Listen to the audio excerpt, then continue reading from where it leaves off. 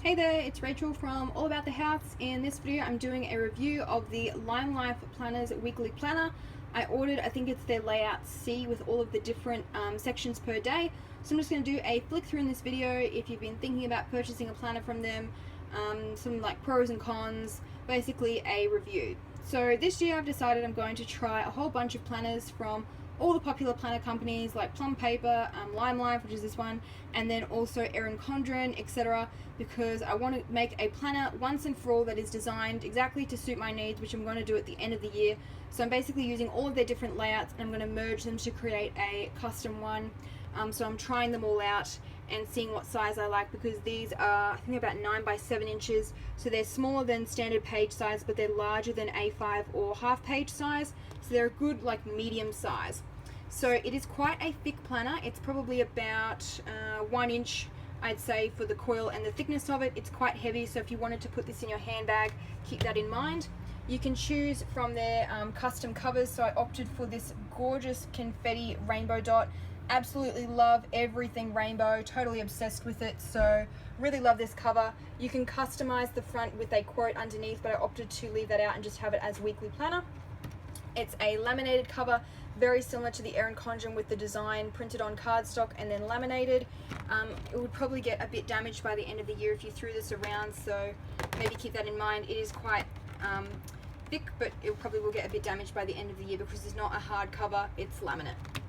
And then you get a like pocket folder thing where you can slip some stuff into it up top here.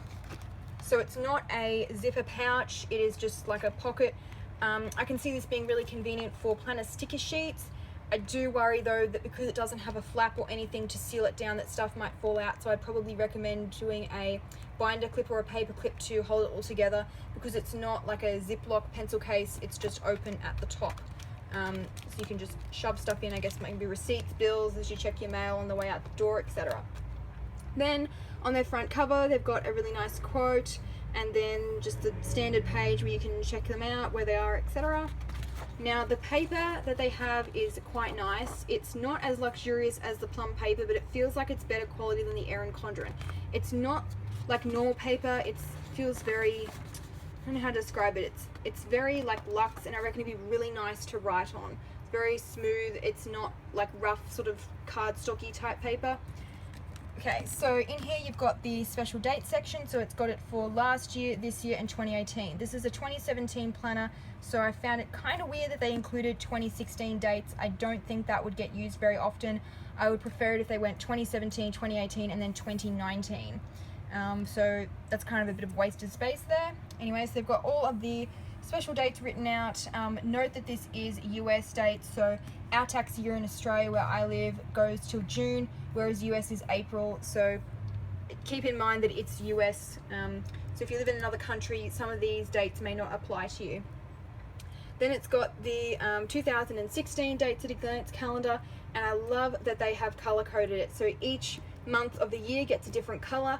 I'm obsessed with color coding, so totally love that feature. It's a nice simple design for the calendar. These pages, a lot of people seem to think that they're a bit useless. I don't think they're useless. I like to use them for like references for dates if I'm booking a holiday or I'm planning something, and then also to track my monthly cycle, so you can like color in with a highlighter the box around the days or circle them. So that's one of the ways you can use these pages. And then it's got 2017 and 18, just like that dates at a glance page. So really like those. They're a nice size, the numbers are big, they're not really small, and I feel like it's good. It's not, some of them do it really small and you can't really read the letters, so I like the size of that. And then you have 2019, which is why I found it kind of weird that they didn't include that on the little special dates page. Logins and passwords, that's always handy. I always have a password tracker in my planners. And then I like that they added in here, they've got business, the company, the website, account number, email address, login name, and password/hint. So these lines are quite small. You will have to write small to fit it in. That space there between my fingers is only about 1 inch, so you'll have to write really small. It would probably be better if they made the font larger and reduced this gap between each of them. That's being really petty. So you got your logins and passwords page, and then important contacts. so you can record their birthdays. I tend to be honest to not use these pages. I find it kind of outdated because you can store that info in your phone and it always comes up on Facebook with a reminder of their birthday, so I can imagine this page probably won't get used much. Next comes another important dates page, and then this habit tracker. This is a really good idea. So I've used some of these similar like routine type tracker pages before. Totally love that they've got these boxes you can color in. You could do some color coding. So it's a really nice habit tracker. My only gripe is that there's only one page. Like, they should include heaps of these. They should have one for each month at a minimum. I would love heaps more of the habit tracker pages rather than the contacts pages, or if they had the option to do an add-on on more habit tracker pages, I reckon that would be really good. So love the idea of this. You just need more pages, I reckon, in the planner. The next one is goal setting, so it gives you some tips on setting goals, and then you can set one, and then over here you can record all of the goals that you want to do. I love that they've got 2 columns in here, so you could do like work goals, personal, and then just list them out. There's lots of planning space in these, and it keeps the same colors consistent throughout the planner for that important dates page, this goal setting, and then all of the nice tabs as well. So I love when everything is color coded and coordinated. And the next page is some more goal setting. And then some planners with their yellow, it can be really faint and not show up really nicely, but the yellow or gold on this one is really nice. It's easy to see. So definitely love the print quality. The colors are really vibrant on this planner. And then just the last of those planning pages, and then we've got the tabs. So they're cardstock tabs. They are a bit thin. They'll probably get a bit damaged by the end of the year. And then the tab up the top is laminated. I do think it's a bit stingy that they only printed the color on one side of the tab and then it's just blank on the back. I know a lot of planner companies do that, and I really don't understand why. It's like cost cutting, but it just makes it less functional, because if you act your planner like this and you want to look back and you go, well, which month is which, and it's just white, it's not color coded.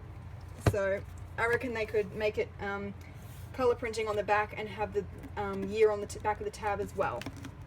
Then it's got this really pretty lined note paper. Absolutely love this confetti dot in the same pattern as the front cover, which I believe they do no matter what cover design you order. They'll do note paper that matches on the inside. So I really like how like custom and unique it is to the planner design that you use. Really pretty confetti dots, color prints really nicely, and then lots of lined note-taking space. Then you've got the monthly calendar page. It's a really simple, clean layout, plenty of writing space. I like that they include the dates in the right-hand corner, because most people start writing on the left here, so you're not really wasting a lot of space, as sometimes people do when they have the dates on the left bit here. So I like that it's really functional. It's got that really pretty confetti dot again, and then this open-ended note sidebar where you can customize it with anything that you want. So you might want to add like a mileage tracker sticker. You could do some stickers, like use header stickers and then split it into different sections like bill paying, etc. And I also really like that they have the boxes still for the rest of the weeks, so you could do like maybe some monthly goals down the bottom. It's not wasted space. So I do really like the calendar layout that they have.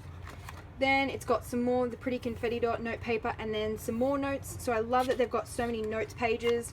And then it comes to the weekly view. So I think this is their layout C, and it's got the 6 different sections, and again it gives a different color to each. So I really like that you could do some color coding. It's got a really nice big open-ended line note space, so again you could do a checklist, you could do a shopping list. I really like how wide that column is. I feel like it's not wasted space. In some planners they're really skinny, like only this wide, which can be a bit annoying to write on. So if you wanted to do your to-do list here and then maybe just like one thing in the boxes, I do really quite like this layout. I think it's really functional. My only gripe is that it's got Saturday and Sunday split. I know they do that to save space, but Saturday and Sunday is when I do most of my shop stuff, because that's when I'm not at my day job. So it would be better if they had the columns with the boxes for Saturday and Sunday as well. But that's really my only gripe. I really love the color printing on this, the box size to put the like subject if you're using this for school, or if I went like blog, business, social media, like behind the scenes stuff, YouTube, etc.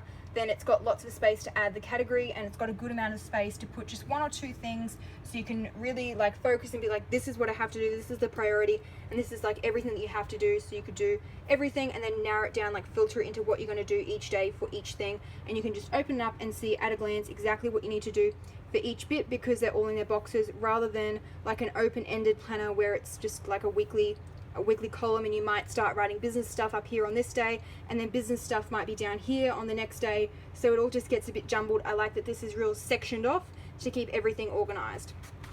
So it's just got all those weekly pages. And then I like that they've got this at the top here, so if you're flicking through, you could easily see what week it is. I got this to start on 2018. Another reason why I thought that 2016 dates at a glance back there was a bit weird. So I'm not going to start using this one until next year, or if I get a bit excited and want to start using it, I might just get some date cover stickers. Then it's got more tabs, the same layout the whole way through. It's just got the different colors for each month on the monthly and the weekly views, so you can do some nice color coding. It's a really pretty planner. I'm really quite impressed with it. It's probably a good thing because it was quite expensive. The plum paper planners are around $30 to $40 USD if you choose the add-on pages. The Erin Condren's about $50, and this one was about $50, $55, and their shipping's really expensive. So all up, this planner with the divider and some tabs that I also got was $100, which I thought was, to be honest, quite expensive. I mean, if the planner works, then it would totally be justifiable, but I do think it is quite a pricey planner. So the page quality is really nice, and it just repeats all the way through until you get to the notes section at the back here, which just has more of these pretty lined note paper, a whole bunch of them. There's quite generous with how much they include. With the Erin Condren, they're quite stingy. They only have like 5 notes pages, which to be honest is a bit useless. This one, they have heaps. Look at them all. There's so many notes pages, and they're all double-sided with that really pretty pattern. So that's probably why it costs so much, because there's so much color printing. So it's a very nice planner. And then at the back, it's got a pocket folder. I can't remember if this was an add-on or if it came standard. If it is an add-on, I would recommend getting it because pocket folders are really handy to organize like bills and stuff that you need to file later. So you're just not sitting them in there where if you pick it up, it'll fall out.